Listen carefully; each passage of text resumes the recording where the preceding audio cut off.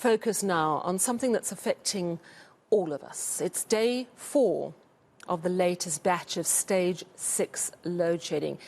In the city of Joburg, it's hitting really hard. Joburg residents at their wits' end over City Power's inability to cope with the higher stages of power cuts. Our reporter Heidi Giokos has been monitoring developments. She joins me now. Heidi, on Monday we heard from City Power. We've heard in previous weeks that they're running out of spares. The system is simply not designed to be switched on and off. Added to that, they're trying to isolate hospitals as well. Residents are spending days without power. You spoke to City Power today. Just give us a sense of what they said and how they came across. Yes, Sally, I got a sense that City Power is very panicked at this stage. They're really not coping, and unfortunately they are the face of, as much as Eskom is the face of load shedding, so is City Power, because they handle a lot of areas, a lot of sections in the city of Johannesburg, and they just cannot keep up.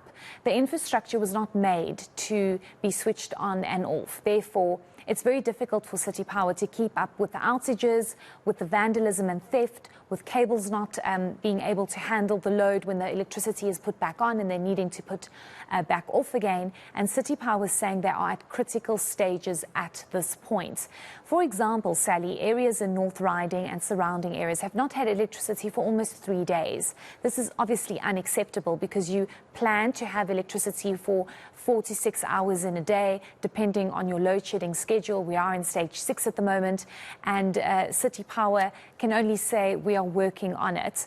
There's a lot of frustration because City Power is doing all it can, but then the country is then pushed into stage 6. So City Power is very worried. They're spending a lot of money. They're trying their very best to repair these substations. They're trying to protect the infrastructure because now there's also vandalism and theft happening at the substations because criminals attack late at night when there is load shedding. City Power cannot work in between load shedding, so it's just a ripple effect. It's an exacerbation of issues, and City Power is trying their very best. But let's first listen to what City Power had to say before we listen to what the residents had to say, really saying that this is unacceptable. Let's listen to City Power. City Power, we're in a critical state. Our network, our infrastructure is really bearing the brunt of the higher stages of load shedding. This started last year, if you remember, when we basically went to even stage 6 at some point, but always fluctuating between stage 4 and stage 6. So we're not really coping as City Power. Our infrastructure is really caving in terms of responding to the needs of our residents around electricity. We are losing a lot of equipment, infrastructure, maintenance that we're supposed to basically be doing is not easily happening because of the very same stages of load shedding. The material that we need for us to basically attend to outages is also basically running out, and we have basically communicated that to say we're really not keeping up with the demand. We're not able to replenish as much as the demand needs, and that is a very serious problem. On a daily basis, at least 3.6 million rands is lost due to this load shedding, and that's why we actually even went out aggressively to say we really need to collect revenue so that we are able to reinvest this money into the infrastructure. It's disastrous. I don't know what else I could say about it. Power goes off when it's supposed to, and then when it's time for it to come back and we all are ready, and you've made time for the 2.5-hour slot or the 4-hour slot, and then it doesn't come back, and food is going to waste. It's very frustrating. I can tell you, you can basically plan out your day. The schedule can change during the evening, as it usually sometimes does. The past week, we probably haven't had electricity on straight 48 hours. So there's a big energy problem here.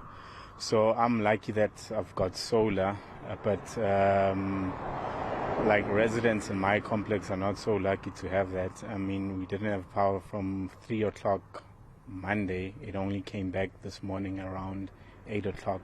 I think the biggest challenge is indeed the fact that the power doesn't come back on when it's meant to. I think everybody accepts, as a matter of principle, that load shedding is here to stay for now. I think the communication has been clear. But I think people are planning their lives around the power coming back at a certain time. And by and large, I think it's been good for most people probably around the country. But I think in this particular area, there's a very, very big problem. For a number of places, the power doesn't come back when it's meant to come back. We can't live like this. This is psychological warfare. This feels like it's being done on purpose. It feels like we're the testing ground for the blackouts that are obviously inevitably coming in winter, that we are the test bunnies for this. It's like the communist tactic that Stalin used to show his comrades how it works. You take a chicken, you feed it some corn, you then pick up the chicken, rip its feathers out. The chicken runs around screaming and bleeding, and then you feed it corn again, and the chicken is grateful. It feels like we should be grateful for the little bit of power that they give us. Gee, Heidi, those are some extreme opinions. But that's just a measure of how people are feeling, not just in Joburg, but actually across the country. You also spent time with Mmusi Maimane of Build One South Africa. He, like many groups, are very upset about the government's plan to appeal this exemption ruling. Of course, last week, the North Gauteng High Court giving government 60 days to make a plan for hospitals, schools and police stations to make sure their power stays on. Yes, certainly. So Build One South Africa, headed by Mmusi Maimane, is making it very clear that should the Department of Public Enterprises, which has the Minister Pravin Gordhan, decide to actually go ahead with its urgent court application to appeal that exemption ruling, they will head to the constitutional courts. Mmusi Maimane making it very clear that they're starting this petition, whoever wants to sign, to compel the department to understand the severity of this. The ruling makes it very clear, Sally, that entities that basically save lives, like hospitals, police stations, schools as well, and clinics, need to be exempt from rolling blackouts. I quickly just want to explain, we spoke to the head of cardiology at Chris Hani Baragwanath Hospital on Sunday evening here on the channel.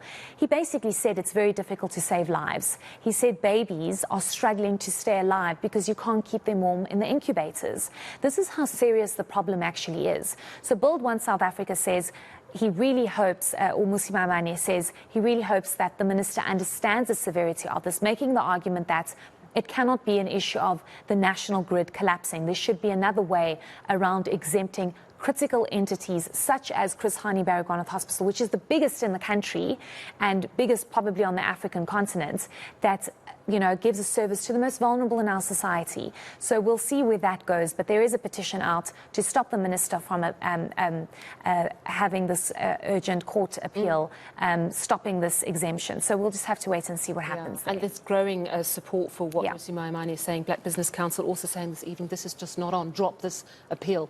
Make a plan for these critical institutions. Heidi Giokos, thank you so much for chatting to us.